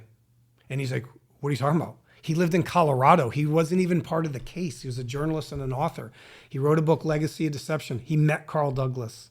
He met Johnny Cochran. Carl Douglas is my main man. That's your main man. That's my main man right there. But you know what? Shout out Carl Douglas. Him and I never really had any deep. We've had a lot of deep conversations, but not about this. Because, well, look, and give him the benefit of the doubt. It's his client. Yeah. And if I came to you and said, OJ had an accomplice, OJ did it. I mean, come on. What is he? I have other clients. I don't need to go back to this. But getting basically to... I got thrown off with Carl Douglas.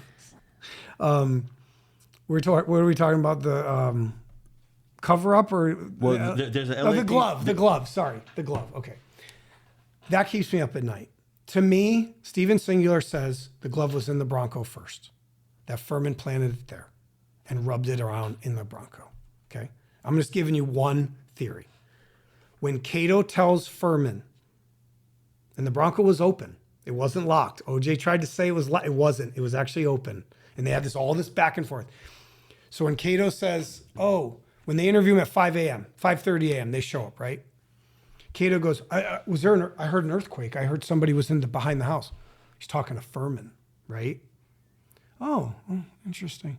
Guys, hold on a sec. I'll be back. He leaves. Furman leaves Cato with Van Adder and Lang, and Arnell's there too. He goes off on his own. And Singular believes he went in the Bronco with the stick. They find this stick with blood on it, a white stick. And he picks the glove back up out of the Bronco and he goes and he drops it behind where Cato said he heard the noise. Now, wouldn't this be a glove that Charlie should have discarded? Okay. So, no. Furman takes it from the crime scene. Both gloves are. Oh, the gloves are from the crime scene. And you're saying both gloves are at the crime scene. I'm giving you Steven Singular's theory because I believe it's the most valid. I've tried to talk to Furman. I met his manager once. I tried to talk to him. I thought it was an opportunity for him to come forward, pinch Ehrlich, get some redemption. Like, shit, there was an accomplice. Like, OJ did it. But he just wouldn't talk to me. But my point is, and Furman in the trial says, well, I saw them. And that's why they always say when he goes, them. Now, Furman would say, no, I meant the hat and the glove. Because remember, the hat and the glove are next to Goldman's boot. They're in a bush. They're underneath a bush. Singular is saying both gloves are there. And Furman's the first real detective there. Remember, he's there for 2 hours without Van Adder and Lang. Yeah, it didn't... He's with Brad Roberts and he's with Ron Phillips and Brad Roberts. So how did the prosecution explain to the jury that this glove is there? From what I understand, they said that OJ just threw it and it just magically landed right in this spot. They tried to say OJ dropped it. So they're either saying OJ's wearing the glove when he jumps back over the fence, right? Think about it. There's only a couple explanations. He's either wearing it. He's not wearing his clothes. It's not in a pocket. Well, the gloves would have been removed first. Maybe. in the alley when they... Yeah, I mean, he has the cut on his finger. At Bundy. Yeah. He either removes them or Goldman rips it off, right? These are tight isotoner gloves. They're driving gloves. Oh, yeah. One of them is at the crime scene for sure. 100%. With the hat. With the hat. Next to the hat. The beanie hat. Yes. Okay. So the question you really have to ask yourself, the real $1 million question is, did Mark Furman plant that glove at Rockingham? I guess we'll never really know. I don't know if we'll ever know. Yeah, because it's bizarre of the positioning of that glove. It's wet. They find it at 5:30, 6 a.m. Blood does not take 6 hours to dry. It doesn't. It dries in like 30 minutes. It wasn't freezing. It was in the 60s. It was summer. It was June. It didn't rain. They tried to say there was moisture and dew and all this stuff. Just hold up. There's no leaves on it. It's just sitting there. It's still moist hours later. And that's why they said Furman had his jacket off and he said he had his jacket on, but then it was off and they think he put it in the jacket. He took the stick of the fence. He ripped a piece of the fence off to pick the glove up. Yeah, but how would Mark Furman be able to get the glove from the crime scene? He drove to Rockingham. Because there's already a bunch of cops at the crime scene. They're beat cops. There's no detectives. He's in charge. Where's Brad Roberts? Why has he never been interviewed? He's not even listed in the thing. He's one of the first detectives there. Ron Phillips tries to say, oh, well, of course they're going to deny it, man. They're not going to say, yeah, we drove over to Rockingham at 3 a.m. Rosa Perez, that's her name, the maid. I can never get Rosa Parks, not her. Rosa Perez, whatever her name is. She says she hears hard-shoed footsteps at Rockingham. Her window is behind Rockingham. She's like the maid of the Salingers, okay? She says at 3 a.m., she hears these hard shoes, cop shoes, right? That's what she's trying to say, okay? 3 a.m. So that would be Furman walking the property. Either he drops the glove in the Bronco or he dropped it there maybe and it sat there for 3 hours, maybe. I don't know. Okay, so at this time, OJ's on the plane on his way to Chicago. And Furman interviews Rosa Lopez.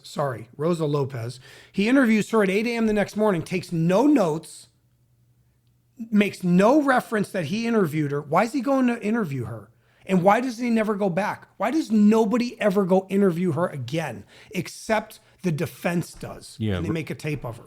Did they try to say that she was not a citizen and that she was a witness? She saw the Bronco. When she says she walked the dog, she saw the Bronco like 10, which makes sense. It's still there. They haven't left yet. She lived next door. She says she also hears talking at 11:30 to midnight. Is that Ehrlich bringing the Bronco back, talking to Cato Kalin, who says he's outside waiting on a date in his underwear? Who he told someone this? Yeah, dude, it's like, it'll make your head explode. All right, so once OJ and Ehrlich come back and OJ jumps the fence and goes inside the house, what give me the timeline. What time is it now and how much time does he shower? How much time does he take to get ready and jump back into that limousine? Okay. So he walks in the house. We're talking 10:55, 10:57. Cato's still standing there. Alan Park's like, let me in. He's like, what's up? Like, he just stands there by the gate. OJ calls him on the gate. I overslept. This is the famous I overslept. OJ buzzes him in through the house. Gate opens. He pulls right up to the door. He sees the bags. OJ lies. He tries to say, I went inside. I took a shower. I brought some bags down. Your bags are already outside, dude. He's trying to throw you off. He doesn't want you to know that he had already put his bags outside, okay? Because he wants to control the narrative. The bags were there before he even left. When he's, when he leaves, they're there. When he's chipping, he's got his golf bags out there. He's got one of his bags. He says he brings down one bag. Look, he's got multiple bags, right? But there's luggage outside already that when Alan Park pulls up, he sees it. He pulls up right to the door. And he gets out and he's waiting for OJ. OJ showers within 5 minutes. They find blood in the drain. Not the pipe, supposedly, but they find blood in the drain, in the sink, and in the tub. And there's a blood on a light switch, too. I think it's in the bathroom. Man, he did a terrible job at cleaning up. Well, he has no time. He's got to be so fast. So he does it quickly. He showers, cleans up, brings a bag down. They say they see no bandage on his finger. Cato says he sees nothing. He could have lied. Cato could be lying there. Alan Park says he sees nothing. They don't see blood. They don't find blood in the Bronco, in the limousine.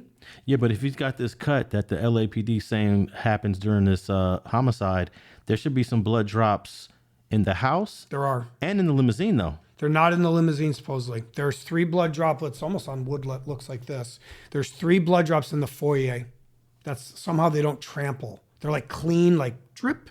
I don't know how they didn't trample them. The cops were in and out of the front of the house the next day. Even that night, the early morning, they're there. I don't know how they didn't step on it. He is dripping blood. There's 6 droplets in the blood in the driveway too. Okay. So does OJ make it to this flight or is it delayed or does he catch another one? Does he get on his original plane? Yes.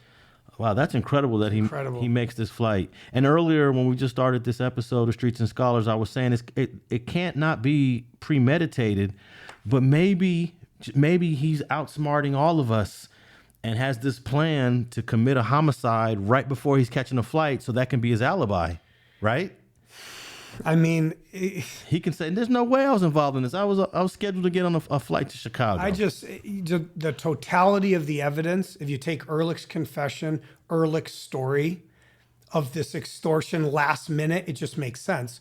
Yeah, he could try to say, if you take, here's the time frame that this is your scenario real quick.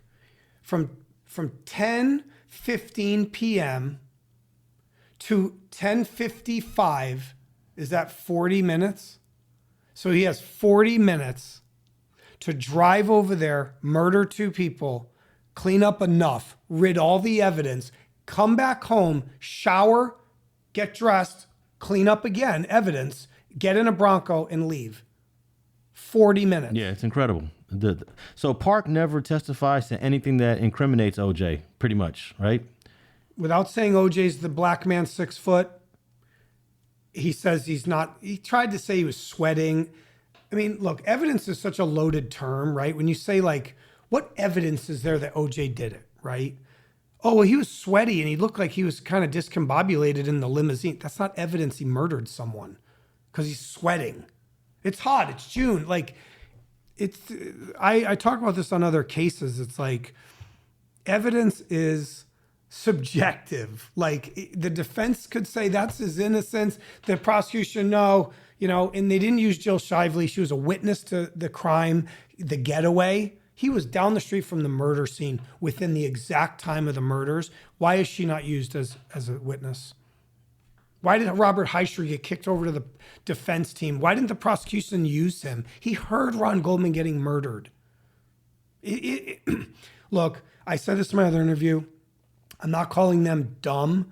I'm saying I think they got lazy. They thought they had all this evidence, excuse me, for OJ. And they got they salivated that we got him. And all these little things that would show someone else is there, they just were like, no, that's going to mess with what we're doing. You know what I mean? We got OJ. We got him. His blood, his hat, his gloves, his behavior. There's blood at Rockingham. His gloves behind. So it's one of the most and I know too much about it. Like, you could talk to me for weeks about this. That trial was 10 months long. So I know too much.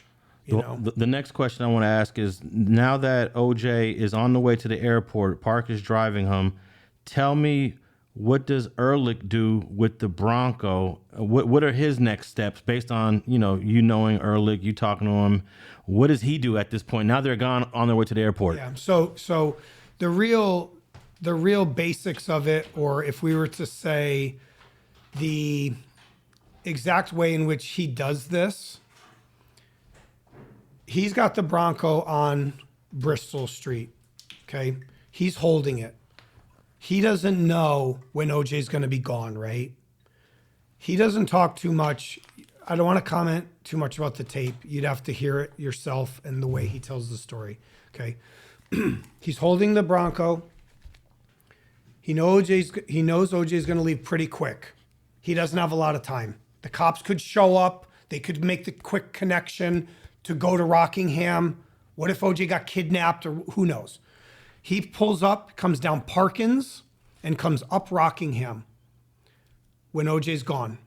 He parks the Bronco right at the number 360, slightly askew, where the ass is kind of hanging out a little bit, okay? They talk about this. Oh, OJ, were you in a rush? Oh, that's where I always park it. OJ didn't park it. Charlie did, okay? So he parks it. His car's there. Supposedly, possibly saw Kato Kalin. I'm not going to say too much about this. Something bad happened. What's going on?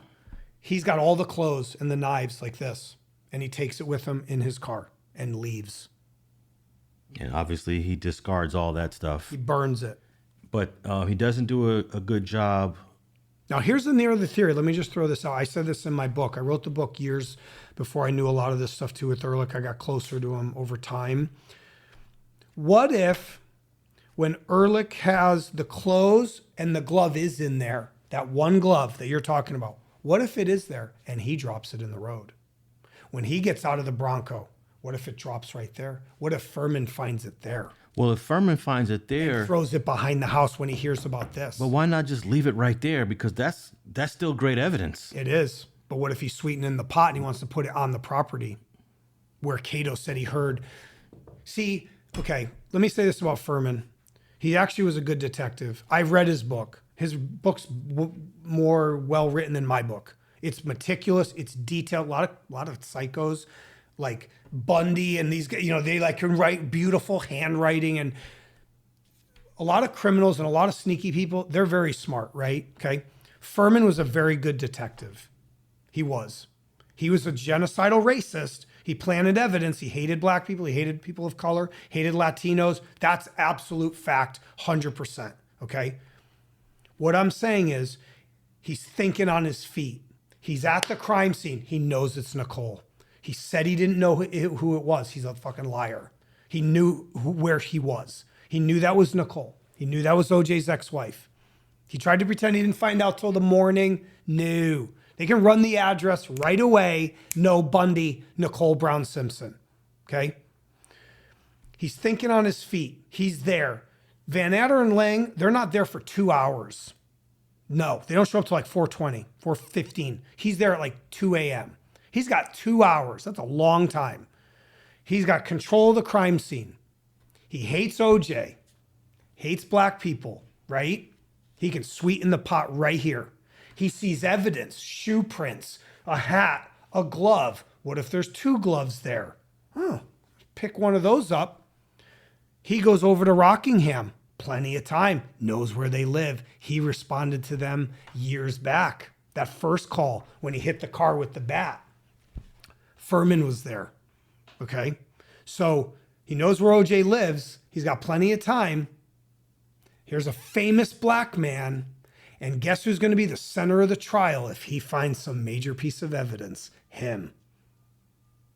So all the what I'm trying to say is he was smart enough to think quickly of how to frame OJ. Well, it didn't work, obviously. Right.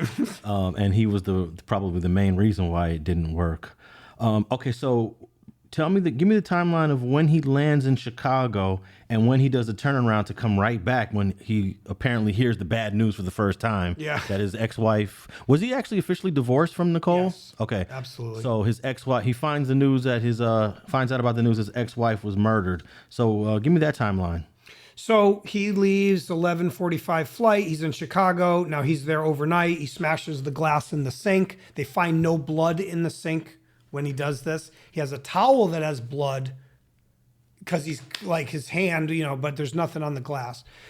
In the morning early, they notify him like 6 a.m. West Coast time, somewhere in there, that his wife has been killed. He doesn't ask how. He's like, what? He's like, something's happened. Your wife is dead. He doesn't ask how she was murdered. That, I believe, is Ron Phillips who makes that call. He gets on the first flight and he flies back to LA. That's that famous video when he comes back, he's got the white shirt on with the black pants. I think they're black or blue. And they cuff him behind the house. And then they uncuff him right away. Because Weitzman's there and like, what are you doing? The big tall black cop was there. They cuff him, then they uncuff him. That's right when he lands. He comes straight from the airport. That's when Robert Kardashian takes his bag. Yes. And we never found out what was in the LAPD don't even take his luggage when he shows back up. So were those Louis bags, Louis Vuitton bags? Yeah, the Louis bag, yeah. The ones that Kardashian took? Yeah, it's a garment bag. You fold your clothes over it. So there's nothing in it. They made a whole documentary about this. Burt Kearns, whatever his name is, did this whole big special about Kardashian in the bag. And Kim Kardashian looked at it too, and she went home, and there's nothing in there. There's no knife. There's no bloody clothes. It's not that stupid. It's not going to bring back. He doesn't even have any bloody clothes. I think he got rid of his boxers at the airport. I think he threw it in the garbage can. But why was it important for Robert Kardashian to take those bags away? That's a good question. Why is he taking his bags away? Because he's helping OJ. Yeah, well, he was helping OJ, but if you saw the expression on his face when he was found not guilty. Yeah, that's an act. All right, so he's back. Why would you take his bag? Think about that. This guy's a murder suspect. Why are you even touching his evidence? And this guy, Robert Kardashian, was sprinkled with fairy dust too. How does he get to drive away with this bag? And then why does Robert Kardashian become a lawyer again? Because he was a suspect in the conspiracy to kill her through Bill Waz's story. So he says, I'm going to be a lawyer again. And now you can't interview him. You can't interrogate him. All this stuff with OJ's confidential now with all this, everything he's going to talk to him about. Yeah, he activated his license so he could have that attorney-client protection. And so he could sit in the courtroom, and it'd look weird if they start to find out this Bill Waz story that starts to explode. After the murders, Bill Waz starts to connect the dots like, Kardashian asked me to put a bullet in her head in January of 94. What's going on? Like, and that whole thing is a whole mess. I have an article. I know someone that has an article all about this that's like many pages long. It's never been published. And I give people my email, investigatorla19@gmail.com, investigatorla19@gmail, if people ever want to talk more about just in general, all the stuff. Okay, so then eventually they decide to arrest him. And did he really author a suicide letter? Yes. I can tell you a really crazy story about that too. Yeah, because it was read. Wasn't it read? Robert Kardashian read it. Like it was a press conference. Yeah. And he actually wrote that letter days before. They said it was dated when he was reading it. It wasn't. It was written before. OJ had a gun with him at Kardashian's house. He kept threatening to blow his head off in Kim's room by the pool. There's a tape. I read the transcript. I can't say how I read it. I read it. OJ, they found it years later in the drawer at Kardashian's house. OJ was going to blow his head off. And he admits there's someone else involved in the murder on tape. He says it. I don't want to mess with their life. There's someone else that was involved in the murders. I don't want to mess with them right now. He's talking about Ippolito and Ehrlich. He doesn't say their name. He doesn't say he did it, right? Because he's being taped. There was Larry Schiller, that reporter. I don't know if you know who he is. He made all the tapes of Kardashian and OJ. He still holds them to this day. And OJ wrote that letter before he went to Nicole's grave. He wrote it 2 days before that Bronco chase happened. I think that was a Friday.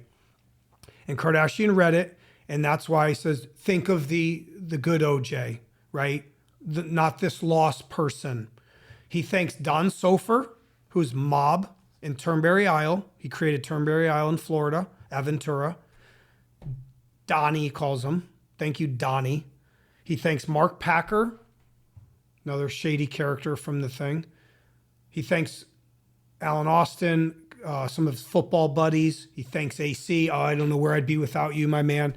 That is a suicide letter. OJ will say it wasn't. He was holding a gun to his head in the Bronco. And OJ told Paula Barbieri this. If you read her book, she says it in the book. She says OJ said he had a towel wrapped around the gun. He actually pulled the trigger. The towel stopped the trigger, the hammer. Yeah, we know that the gun was in the car with AC Collins because wasn't there a phone? Wasn't AC on the phone? Yes. And OJ jumps on the phone too. And AC's even saying he's got a gun to his head. Yep. Which is crazy. Do you think that was all an act for sympathy, or do you think OJ was really going to go through with it? I think he was going to kill himself. He had AC take him down to Orange County to the grave where Nicole's buried. They went there. There was a witness that said he was screaming at the grave. Why'd you do this to me? Like it's her fault, right? Why'd you do this? Like he's blaming the drug extortion on her, right? And they drive back, and I do believe, he was trying to kill himself. He's fighting it, right? He's like, he wants to do it, and AC's yelling at him, don't do it, OJ, don't do it. Like, so he wrote a letter saying goodbye to everyone. Come on. I mean, it's kind of textbook. Now, once OJ started his trial, there were all these little accusations about drugs being involved, but it never really truly got exploited in the trial, except for when Johnny Cochran said that the slice on the neck looked like a Colombian way of killing someone, which was a reference to drug connections. That's when they brought in the Brett Cantor story saying he got a Colombian necktie.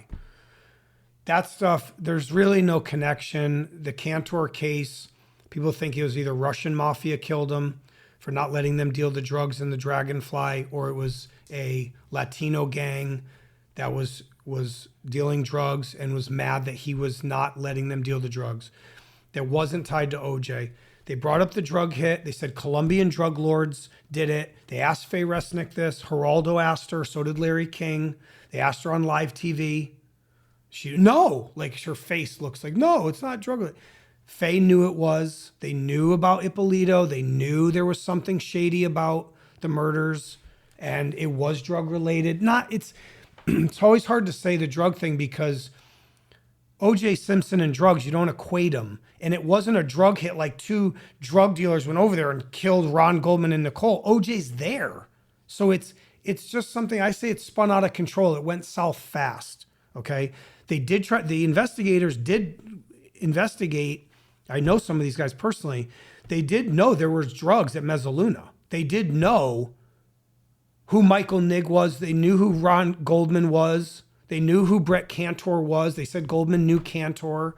Okay. But I know Goldman probably did use drugs because I can kind of prove it if I... And briefly tell us about Michael Nigg, because he was another guy that was killed. Was it before the trial or after? Right before the acquittal. Right before the acquittal. September of 95. He's with his girlfriend.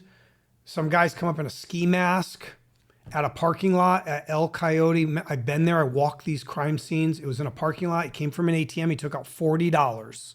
He was with his girlfriend. She didn't want to talk to me. She's still a mess, I guess. It scared her. She saw him get murdered. He was shot in the head. She died in his arm. He died in her arms. Did they take the $40? I don't think they even robbed him. Supposedly he got out of the car, came around. She was in the passenger side. I met one of his very good friends. He talked to me, which was gracious enough to talk to me for an hour. He said Michael Nigg did not deal cocaine. He never saw him deal cocaine. He went around the car. He was going to let his girlfriend out. The guys came onto him right away. It was like a robbery, and they shot him in the head. And what is Michael Nigg's connection to this? Michael Nigg dated Kim Goldman. Here we go. Somehow in Santa Barbara, they knew each other, but he didn't know Ron Goldman at the time.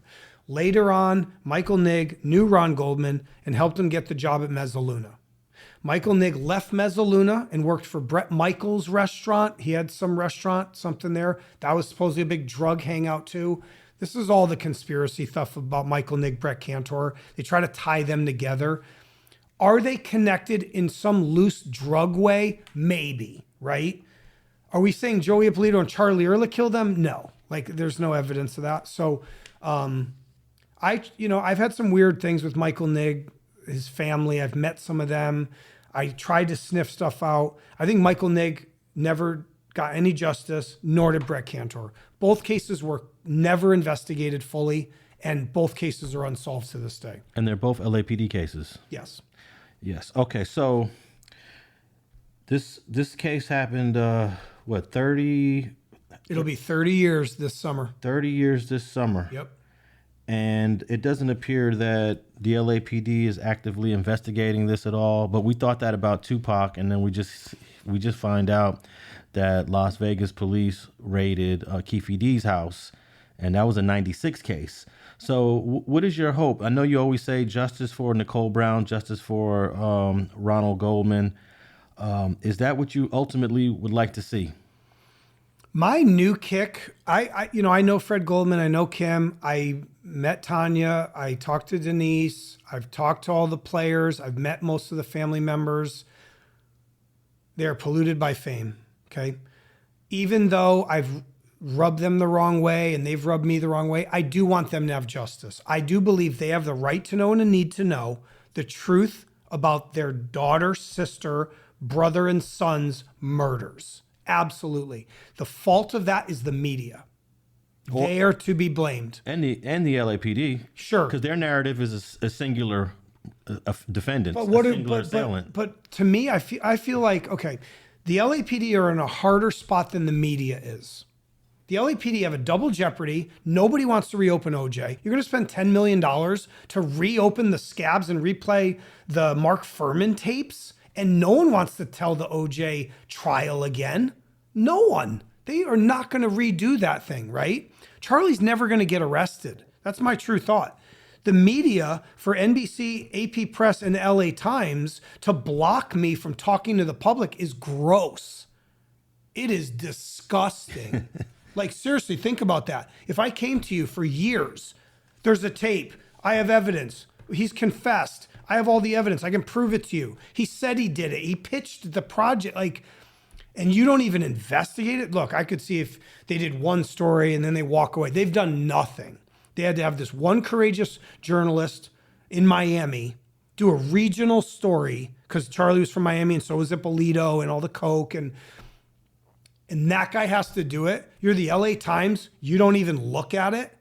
Laugh at us on the phone. It's like it's a joke. Well, has the LAPD ever sat down and questioned Charlie Ehrlich, though? Nope. So here's my thing. If they're seeing that the LAPD's never investigated this guy, why should the AP do it? Why should the LA Times do it? They're thinking that if the LAPD doesn't do it, then he must not be a prime suspect. Right, and that's the problem. Why are you believing what the LAPD is saying when they bumbled the case from day one? And also what I'm saying, I believe in Gary Webb. I believe in Mark Felt, Deep Throat, okay? Dark Alliance? Dark Alliance, Gary Webb, real journalism. Did Gary Webb sit back and go, well, I guess I won't go after Meneses and Danilo Blandone because the cops didn't go after him? Like, that's not what journalism is. I'm not saying they have to label Charlie Ehrlich as a murderer. What I'm saying is do your job. Look up a great story. Sniff around. They've asked me nothing. They've looked at nothing. We don't have a pen. One time the LA Times said they didn't have a pen when I called their news desk. They don't even have a news desk. Like, they're a fraud. And so it's like, this is an LA story that's national repercussions, worldwide. It had race angles. Now you're finding out there was a white guy that was with OJ. You don't think the public has a right to know or a need to know that? Well, let me ask you this. During the trial, they tried to show that OJ had a bad back, and they had footage of him picking up his son, and you could tell he was really straining. He had arthritis in the knees, too. And then the prosecution has a theory that OJ just, killed these two people by himself with this ailing back injury. So it almost, to an outsider, seems like either OJ didn't do it or OJ did it with someone else. Right. Because it is difficult. How old was Ron Goldman at the time? 25. 25, young, strong guy, athletic. 2 feet from the door. The door's open. I'm not saying, look, he protected Nicole. He could have run away, but not if two guys are on him and he's stuck in this fence killing cage. It would have been a fight if it was just OJ and Ron. Yeah. Right? But it seemed like, man, them crime scene photos are brutal. They're brutal. That is a near decapitation. That is a river of blood. That, if you look at Ron Goldman's autopsy, you can't see it. His shirt's actually up like this. The way he's laying down, this side of his neck, again, fairy dust. Explain what you mean for those that are listening. His neck is wide open. There's a hole in his neck like this. And the shirt is where? It's like up like this, so you can't see it. Up by his cheek area. Yeah, like the way he's like hunched. His shirt's like lifted up. So the neck is not exposed you can't see it in the photos. Right, but if you were to pull this shirt down, you would see this hole in his neck like this. Huge. No one's ever seen that. They have to find it in these crime scene autopsy photos where you see it. And you're just like, wow. Like you don't even realize Nicole's face down. You don't see her slit either. It seems like it had to be multiple people, not one person I'm alone. not saying I had a guy. Look, I've had so many different people give me their theories. I try to respect people's theories. One guy postulated to me, one guy could absolutely do it. And I said, you know what? You're probably right. If it's OJ, his hands were huge. He was strong, 6'1". He's pissed off. If he's got a big knife, if he just strikes Ron real in the right spot, one shot, he could die. It's possible. But OJ's, well, how old is he? 40 what? He's 46. 46 with a body that's been through a lot from his football career. I'm 49. If I was super pissed off and I had a knife, could I kill two people? Yes. I don't know if I like could do that it. awkward silence. I don't think I can do it. And look, that's my look. I have my past is a little different maybe than yours. I know what back pain feels like too. And I did see him struggle picking up his kid with the back pain. But here's what I'm saying. Okay, look, I know OJ hunched over. I get it. I didn't play in the NFL. I didn't run the 4x100 and set a world record and train with the biggest, fastest guy. I get it. I'm sure he's in pain. I have back issues sometimes. I have a hip and knee sometimes. If you're pissed off and you're fighting for your life, that shit goes out the window, okay? I'm not saying the next day he's not like, oh, my back. Yeah. I'm just saying in that moment, he only needs to be active for like 4 to 5 minutes.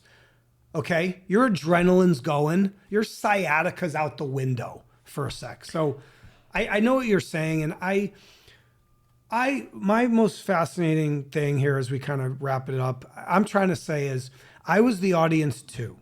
When I read the screenplay in person in front of Eric, in my head, the word unbelievable kept coming in front of my face. I could see the word as I read it, okay? I didn't really think it was humanly possible that OJ had an accomplice. It took years for me to believe. But I'll tell you this, as you go and you read chapter 6 and you watch the Judith Regan interview and you look at the evidence, you start to see it and you go, oh my God, he did have help. Do you think that Marsha Clark and Christopher Darden think that your theory is more plausible years later now, looking back at it? Chris Darden wrote me a text once and told me, don't act like you're my friend, okay? And he put a swear in there. He's a jerk, and I'm not afraid to say it. If he ever wants to debate me, he can debate me. He puts his cell phone on the internet, and I texted him. He was a complete asshole. And I beat him. I beat the Dream Team. I beat Marsha Clark. I beat Darden. I beat Hodgman. I beat Brian Kelberg, who hung up on me on the phone, who they used to call the genius. And why don't they want to face it? Why are you protecting the story? Especially if you're the prosecution. You don't want to know there was a second Well, Christopher Darden is now a criminal defense attorney, so he would seem like he'd be willing to have a conversation. He was extremely rude, and they had him in the Judith Regan interview when they did the replay. They brought Chris Darden on. They brought Jim Clemente on.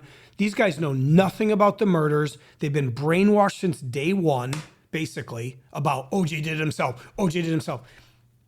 I don't care if you're an investigator, prosecutor, defense attorney, PI, look for the truth. Okay. My final question is, what percent chance do you believe that Charlie Ehrlich is just making all this up and he had nothing to do with it? Is there a little door there that doubts him, or where do you lay, if he was a betting man, how much percent would you say? Well, you ask me. Well, ask it to me because I have two answers. Okay. People always ask me this, and even the reporters that have talked to me and with the articles and stuff. And I like anecdotal stories. I'm a storyteller. I am. I've written 4 books. I do videos. People can look me up.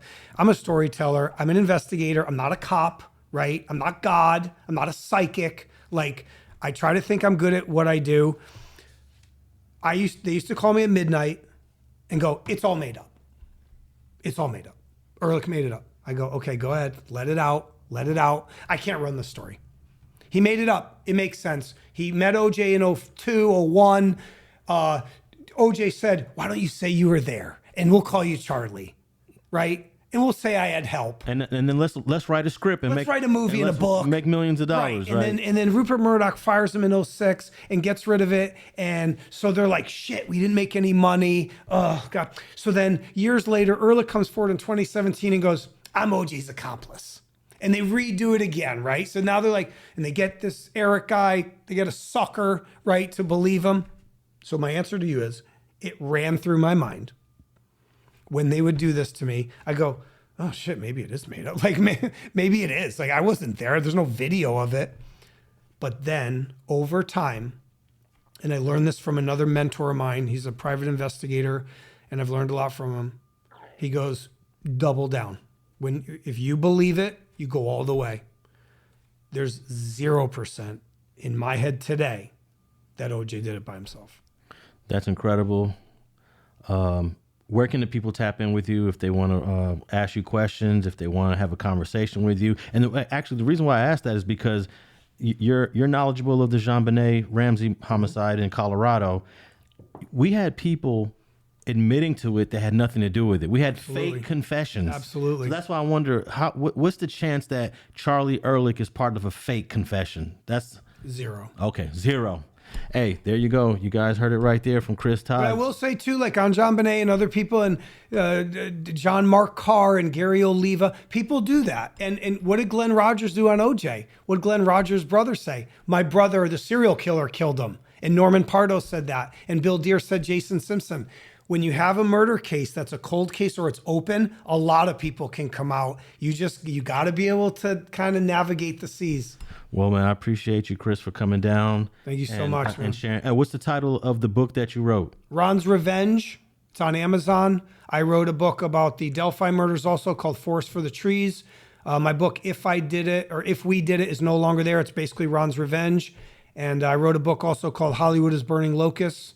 And my email, investigator, LA19, the number's 19, @gmail.com. I always respond to everybody. And I'm open to, don't bring me the BS. Just if you want to talk to me for real, anytime, anywhere to debate about anything too. Well, I got the PDF file for If I Did It by OJ on my laptop, but unfortunately I never got the book because how long did that book last on the shelves? Well, it's now published. It was released years later. They supposedly sold 400,000 copies.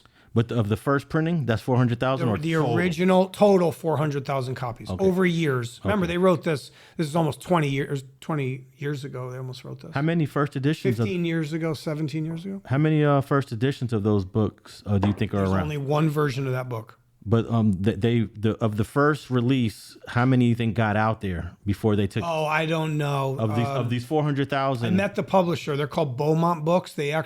Fred Goldman owns the book. Is that right? Yes. Wow. Because when OJ wrote it, the judge, they took it. There was a lawsuit right away. The Goldmans own that. So when they did the book, it says, I did it. And they put the word if tiny in the lettering. They had to put it there. They couldn't change it. And it says, I did it. So that book is available for purchase as well? Yes. Okay. Yes. And including yours is too? Yeah. Mine. I called my first book, If We Did It, how OJ Simpson and his murder accomplice walked free. Now I changed it to Ron's Revenge, that Ron is helping to solve his own murder. Okay. Well, Chris Todd, thanks for coming in. Hey, if anybody wants the PDF file of that, I could email it to you. I don't know if Ron Goldman... I have everything, and I'll send I give my book away for free, too. Is that right? Oh, yeah. I give everything for free because I don't want to hear people talk about that I'm trying to profit off of this. I give the book away. And I'm going to have a surprise for everybody here soon. I'm supposed to get some new documents that I was talking to you about. And when I bring those out, we're gonna get to see more about the accomplice. Definitely come back and drop that bombshell. But yeah, I have the PDF file for If I Did It. If anybody wants it, just send me an email, alexalonso@streetgangs.com. I'm also on Instagram and Twitter at alexalonso101.